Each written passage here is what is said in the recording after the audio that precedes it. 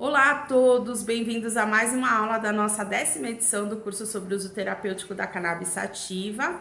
Hoje é nossa quarta aula, nosso quarto encontro, que a gente vai falar sobre as farmácias vivas. E para esse encontro a gente vai receber a farmacêutica Jaqueline Guimarães, ela que é especialista nessa área. É sempre um prazer ouvi-la e tê-la aqui conosco, então quero agradecer a Jaqueline.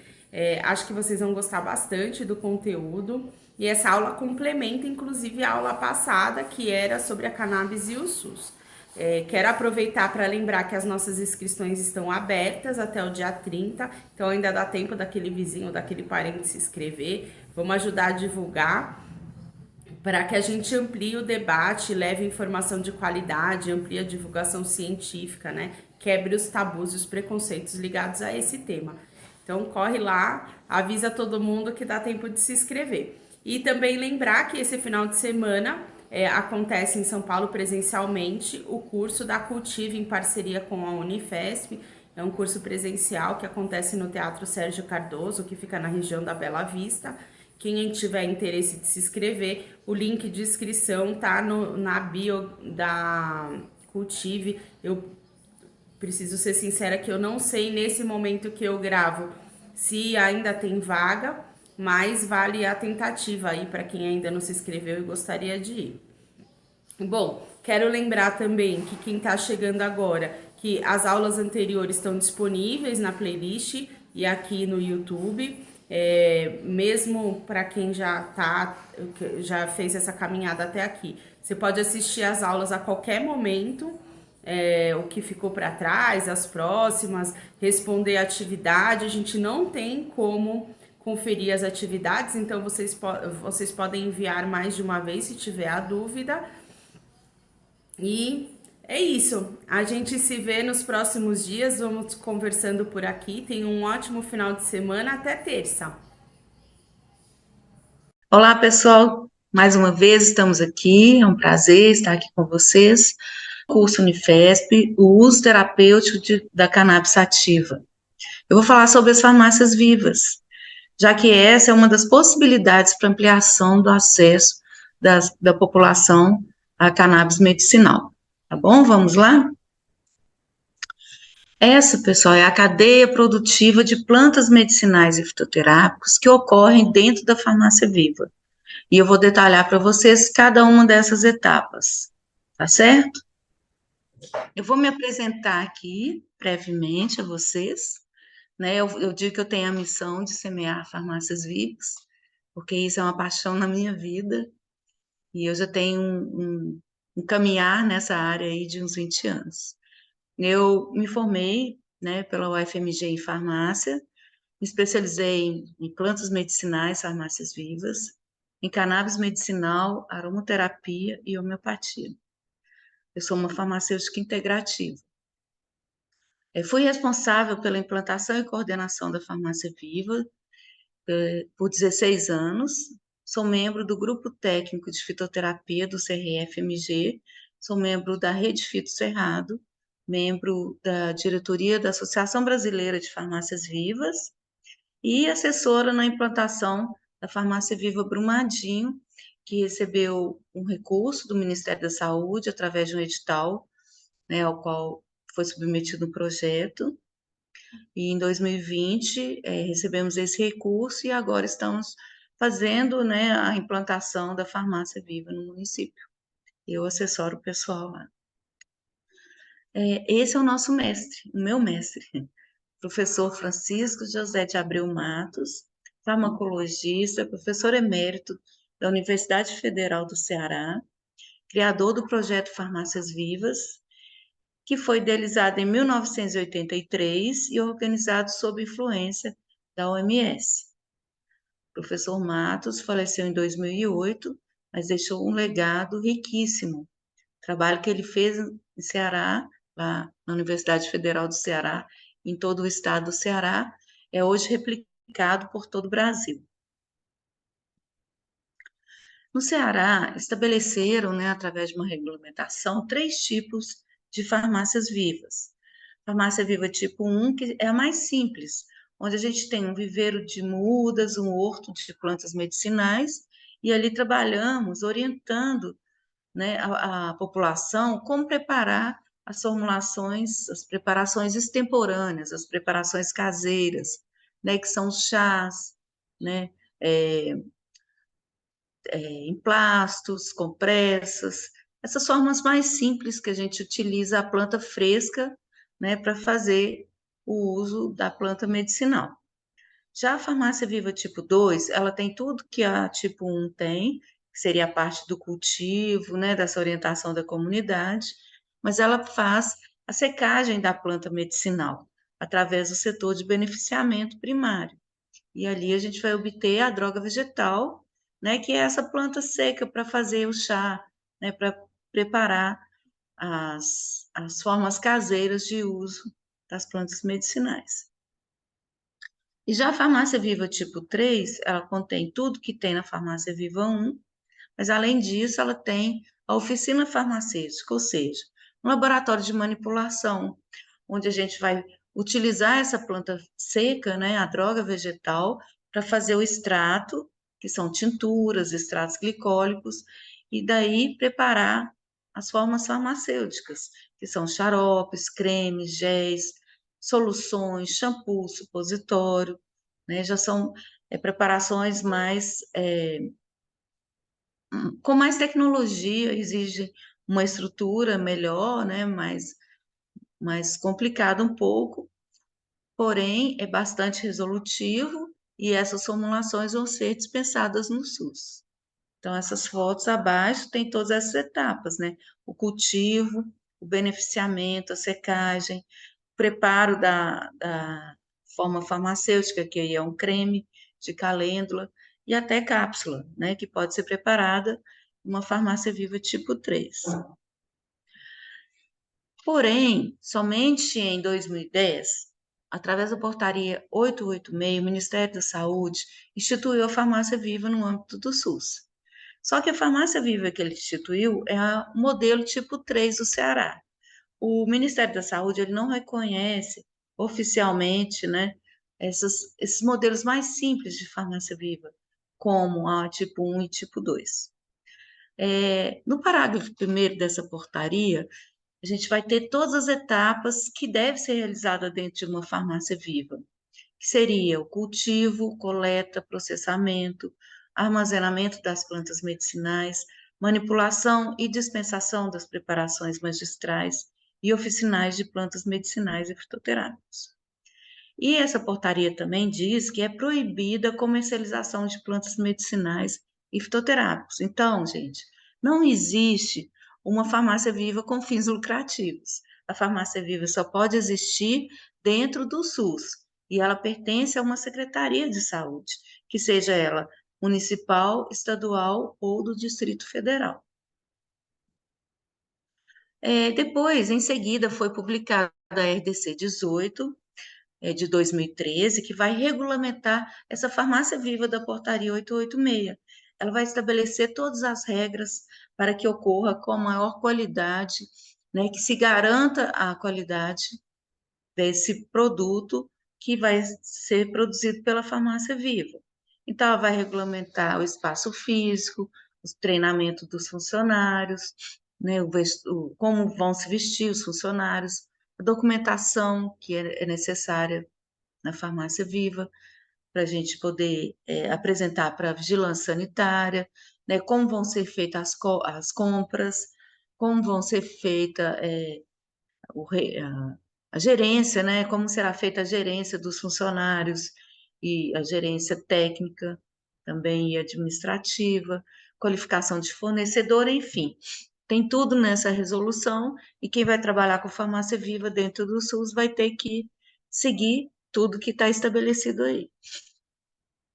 Mas além da farmácia viva, a gente encontra no SUS outras modalidades de serviço de fitoterapia. E um deles são os hortos terapêuticos, que vão corresponder àquele modelo da farmácia viva tipo 1 do Ceará. Então, aí a gente vai ter a capacitação, orientação da comunidade para o uso caseiro das plantas medicinais, né, vai ter o cultivo dessas espécies. Em seguida, a gente tem o serviço tipo farmácia de manipulação, que ela não cultiva as plantas e ela não produz seus extratos. Ela vai comprar esses insumos, essas matérias-primas da indústria, né, de insumos de vegetais. Então, é montado um processo de compra, né, e feito um processo de licitação, onde se adquire, né, essas matérias-primas, embalagens, para abastecer esse serviço durante um ano, tá certo? E a farmácia viva é que é o modelo estabelecido lá na portaria 886, ela já vai realizar todas aquelas etapas, desde o cultivo à dispensação do fitoterápico. Então, essas são as etapas que ocorrem dentro de uma farmácia viva, né? Essa farmácia viva regulamentada pelo Ministério da Saúde. Nós temos o cultivo, a seleção, a pré-limpeza, secagem, moagem, extração, manipulação e a dispensação do fitoterápico. A etapa de cultivo é uma etapa muito importante, que a gente tem muitos cuidados, né, a seguir.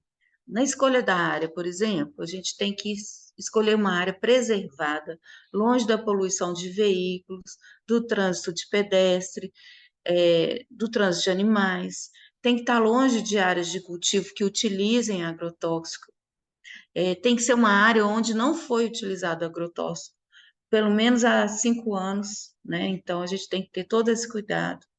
A gente vai ter que fazer uma análise do solo, né? É bom fazer uma barreira com plantas mesmo mais altas, tanto para proteger do vento quanto de agentes poluentes. Depois a gente vai selecionar as espécies que a gente vai cultivar, considerando 3 aspectos: o uso tradicional dessas plantas na localidade, a gente vai considerar a validação científica, né, se já são espécies estudadas e que se já concluiu que elas não trazem nenhum risco e também já se confirmou sua atividade terapêutica. E também a possibilidade de cultivo local. Tem que ser uma planta que vai se adaptar às condições climáticas, à latitude, à quantidade de luz que a gente tem nessa localidade. Tá certo? Então, para isso, são feitas fichas agronômicas, onde a gente vai estabelecer todos esses parâmetros da planta e seguir para que a gente obtenha um vegetal saudável e uma produção boa de princípios ativos.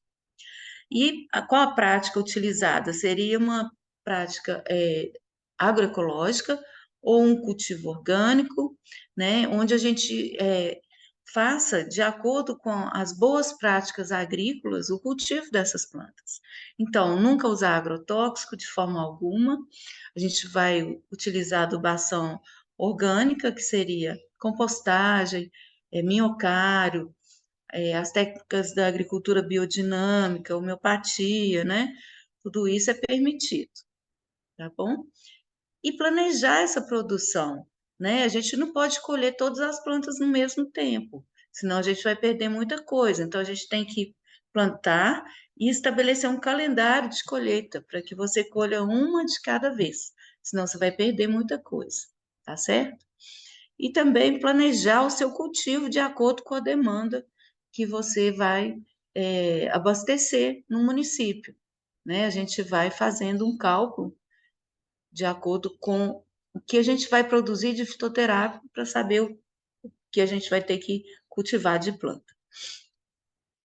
O beneficiamento é a etapa seguinte, onde eu vou ter a planta já colhida e eu vou selecionar essa planta, né, retirar folhas que tenham algum picada de inseto, ferrugem, essas folhas não servem, né, as partes que eu não vou usar, no caso da calêndula, eu retiro o caulezinho que sobrou ali, né, vou fazer uma pré-limpeza, né, quando a planta é rasteira, a gente lava rapidamente essa planta em água corrente. Se é uma planta arbustiva mais alta, e é uma área de cultivo preservada, não há necessidade de você fazer essa lavagem, porque a lavagem ela aumenta o teor de umidade, dificulta a secagem. Em seguida, a gente vai para a secagem, que pode ser feita natural, né, em tipo estantes e bandejas, em um ambiente fechado, controlado, com temperatura e umidade controlada, ou você faz em estufas, como essa, né, uma estufa de secagem elétrica, que ela pode ser solar também. A vantagem da estufa é que a secagem é bem mais rápida e eu evito perda dos meus princípios ativos, tá certo? E em dias chuvosos eu vou conseguir também secar da mesma forma. Mas tem que secar uma planta de cada vez. E para eu saber se a secagem chegou ao fim, eu elejo uma dessas bandejas, como a minha bandeja padrão. Eu vou pesar a bandeja com a planta no início do processo e depois eu vou acompanhando o peso dessa bandeja à medida que vai passando o tempo. Eu peso 3 vezes ao dia. E quando eu obter 3 pesos iguais, repetidos e sequenciais, né? Eu já cheguei no fim da minha secagem, tá bom? Depois tem que ser muito bem armazenado. Vai ser armazenado em embalagem plástica, selada, e depois dentro de uma caixa de papelão ou em saco craft. E identificar direitinho, colocar o nome da planta, tanto o nome científico quanto popular, a data da colheita, onde foi colhido, né? Qual o peso que eu obtive. E eu vou falar para vocês, né? Esse processo, ele dá um rendimento que varia entre 30% e 10%, né? Porque quando eu colho a planta no campo, eu vou perdendo água, né? Vou fazendo a seleção, vou perdendo massa vegetal, chego a perder água também, bastante, muita água, e aí o meu peso diminui. Então, de 1 quilo de planta, eu vou obter de 200 a 100 gramas de droga vegetal, tá certo? Esse processo da moagem eu só vou fazer se eu for produzir um extrato vegetal. Se eu for dispensar na forma de droga rasurada, que é a planta picadinha, como a gente está vendo aí na foto, eu não preciso moer, porque a moagem reduz o tempo de duração da planta. Eu vou perder princípios ativos mais rapidamente. Então, deixa para moer quando você for fazer a extração, tá certo? Esse é o moinho de facas, que é o mais indicado para fazer esse processo.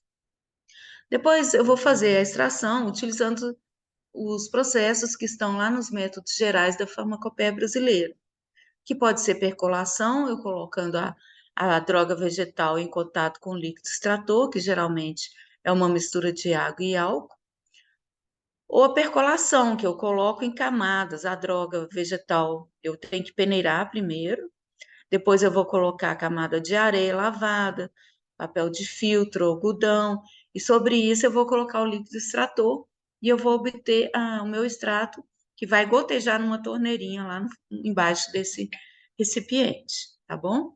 Então, os dois vão me dar tanto tinturas quanto extratos.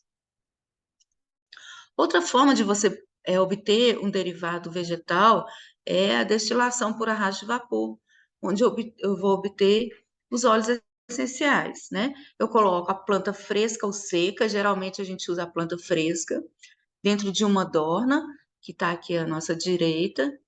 Embaixo, nesse equipamento, eu tenho embaixo uma peneira. Essa peneira eu ponho a droga vegetal em cima dela e eu tenho espaço até o fundo onde fica a água. Eu aqueço, isso é bem fechado e vedado, e então a água ferve e vai vaporizar. Esse vapor passa pela planta e depois ele vai entrar num tubo condensador e ele vai retornar ao estado líquido. E quando ele cai aqui nesse coletor, vai separar por densidade. O óleo essencial fica aí nessa faixa superior e embaixo eu tenho o hidrolato, que é a parte aquosa, né? Tem resíduos do óleo essencial, mas eu vou escoar essa parte aquosa para eu poder obter o óleo essencial. O rendimento também é bem pequenininho, então é em torno de 1, 2, 3% de rendimento. Por isso o óleo essencial é tão caro, mas também ele é muito forte, muito concentrado. Quando a gente vai utilizar, a gente tem que diluir bastante, ok? Depois a gente vai para a etapa da manipulação, onde eu vou incorporar esses extratos nas minhas bases galênicas, que é a base de creme, que é uma base de xarope, que é uma solução aquosa, certo? Uma base de supositório. E eu vou preparar o fitoterápico, rotular, para então ele ser dispensado. Essa dispensação é feita na unidade de saúde ou pode ser feita na própria farmácia viva, mas é feita mediante prescrição do profissional de saúde devidamente habilitado. Que hoje, quais são os profissionais habilitados para prescrição do fitoterápico? Médico, dentista, enfermeiro, nutricionista, farmacêutico. O fisioterapeuta estava nessa batalha, eu não sei se já conseguiram do seu conselho, né, uma determinação para isso, ok? Agora, é importante dizer que todas essas etapas, elas devem ter a participação do controle de qualidade. Ele vai avaliar todas essas etapas, né? Lá, minha droga vegetal, minha tintura, meu extrato obtido.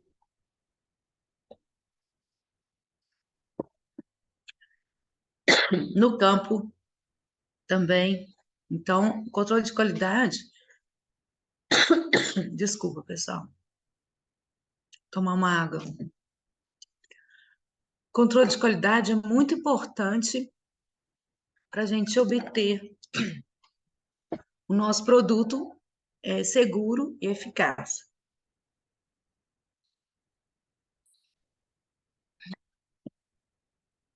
Então, quais são as análises realizadas? Dentro da própria farmácia viva, a gente pode realizar as análises de características organolépticas, densidade, pH, peso médio, os aspectos visuais do produto e o conteúdo do rótulo. Agora, tem umas análises que são aquelas quantitativas que a gente tem um pouco de dificuldade de realizar na farmácia viva, que exige uma tecnologia bem mais avançada, equipamentos caros, técnicos muito habilitados, também a manutenção de equipamentos, reagentes. Então, nesse caso, é mais fácil a gente contratar uma empresa que faça. No caso das análises microbiológicas, as fitoquímicas quantitativas, que vão dosar os nossos princípios ativos, né? E as análises da água, análise físico-química da água e análise microbiológica da água, que é utilizada na manipulação dos fitoterápicos. Então, vamos ver aqui quais são os produtos ofertados por uma farmácia viva. Então, sachês de droga vegetal, então a planta secou, desidratou, eu embalo aquela planta seca e ela é usada para preparo de infusões, decocções, né, que são chás. É um fitoterápico. Medicamentos fitoterápicos manipulados, que são os cremes, xaropes, supositórios, gel, shampoo, loção, pomadas, ora base para usar na cavidade bucal. E também as farinhas funcionais, né? A gente pode preparar farinha de berinjela, farinha de maracujá. Nessas farinhas, elas ajudam na manutenção da saúde e no tratamento de doenças também. Por exemplo, a farinha de maracujá, ela reduz os picos glicêmicos. Então, o paciente que tem diabetes, quando ele utiliza essa farinha, muitas vezes ele diminui a quantidade de medicamento necessária. Ele controla melhor o quadro, certo? Então, também é um produto interessante. O Ministério da Saúde, anualmente, não obrigatoriamente, mas geralmente, todo ano sai um edital para financiamento de farmácia viva. Geralmente sai entre setembro e outubro. Então, esses editais, eles recebem projetos, né, para a estruturação de farmácias vivas, eles selecionam aqueles que atendem, né, e que cabem dentro do recurso disponível. E com esse recurso, a gente consegue estruturar uma farmácia viva no município. É o que eu disse da farmácia viva Brumadinho, que está sendo estruturada graças a um recurso obtido num edital desses. De 2012 a 2022, já foram 13 editais, foram beneficiadas 131 secretarias municipais de saúde e 11 secretarias estaduais de saúde. no valor total de R$ 60.724.000 que foram destinados a essas farmácias vivas. Temos aqui esse quadro, ele foi verificado em 2021. Então, de lá para cá, muita coisa pode ter mudado, mas só para vocês verem a situação, né? Quais as regiões que mais a gente tem farmácia viva implantada ou em implantação? Então, a maioria é na região sudeste, né?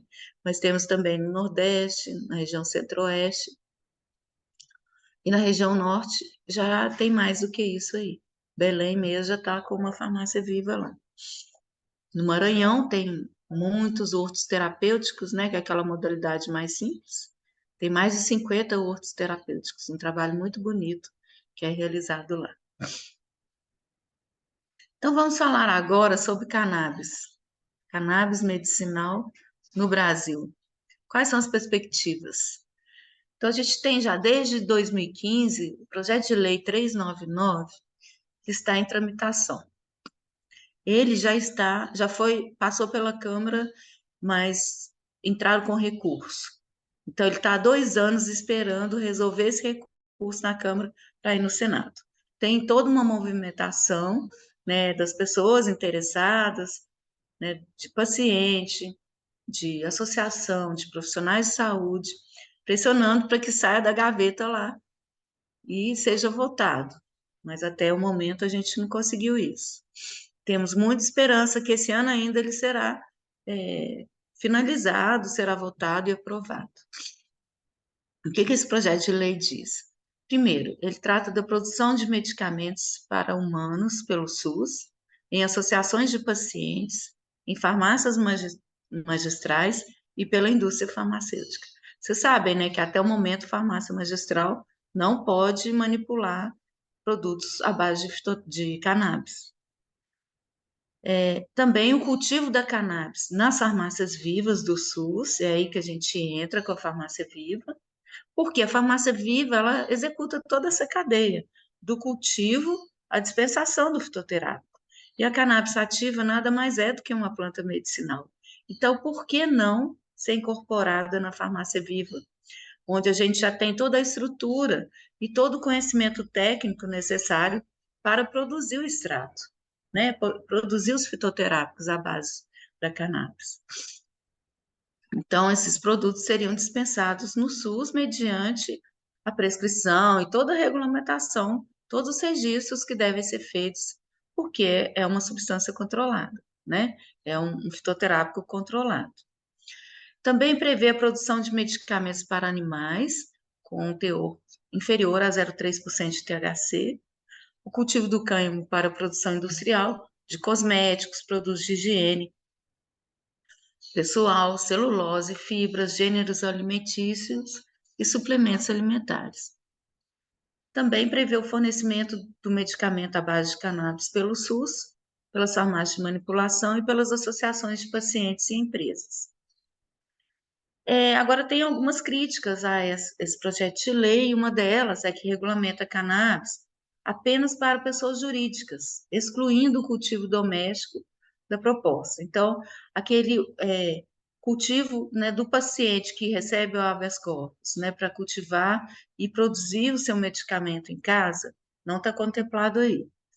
Também falta mecanismos de ação afirmativas de reparação social aos grupos minoritários, que são perseguidos pela proibição da maconha desde 1830. Mas eu acho que é o primeiro passo, é um passo importante, que vai ampliar muito o acesso. E a partir daí a gente vai melhorando, né? Importante é abrir logo essa porta, né, pessoal? É importante demais ampliar o acesso. E recentemente, agora em 2023, o projeto de lei 89 do senador Paulo Paim, que institui a Política Nacional de Fornecimento Gratuito de Medicamentos formulados de derivado vegetal à base de canabidiol em associação com outras substâncias. Então, não é o CBD puro, seria o CBD associado a outras substâncias, até o próprio THC, porém, respeitando aquele limite de 0,3%. certo? Então, seria o fornecimento desse medicamento nas unidades públicas e privadas conveniadas ao SUS.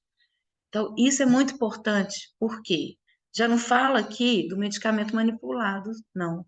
Fala do medicamento industrializado, né? E todos teriam esse direito.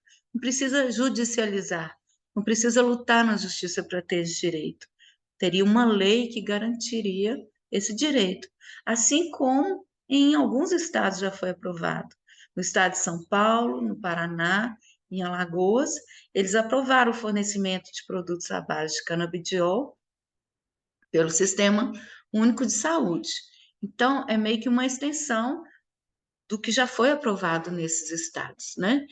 Então, a gente está caminhando a passos largos. Eu acho que até março do ano que vem, muita coisa vai acontecer e finalmente o acesso vai ser ampliado para todos, os que podem pagar e os que não, e principalmente os que não podem, né? Que não podem custear um medicamento hoje que ainda é caro, né? A consulta é cara, o medicamento é caro, mas via associação a gente consegue facilitar muito esse acesso. E eu tiro aqui o meu chapéu para as associações, né, que elas é que iniciaram essa luta junto com as famílias dos pacientes e hoje a gente está chegando aí, ó, no momento de vitória. Vou falar para vocês os números da cannabis medicinal hoje, né? Em termos de novas autorizações para importação dos canabinoides, a gente tem um crescimento gigante. Olha, de 2015, com 781 solicitações, a 19.145 em 2021. E agora, em 2023, a gente pode aumentar isso bastante, né? Porque em 2022 as coisas aconteceram, novas legislações, o que facilitou o acesso. E em termos econômicos, a gente vê que a cannabis medicinal ela pode movimentar 2 bilhões até 2025. Olha o crescimento de 2020 a 2025, uma alta prevista de 736%. Então, é muito viável economicamente, é muito viável em termos de medicamento. Então, tá tudo aí, é a hora de acontecer, certo? Então, o que eu tinha para dizer a vocês era isso. Muito obrigada, espero ter contribuído e nos vemos aí em breve. Um grande abraço.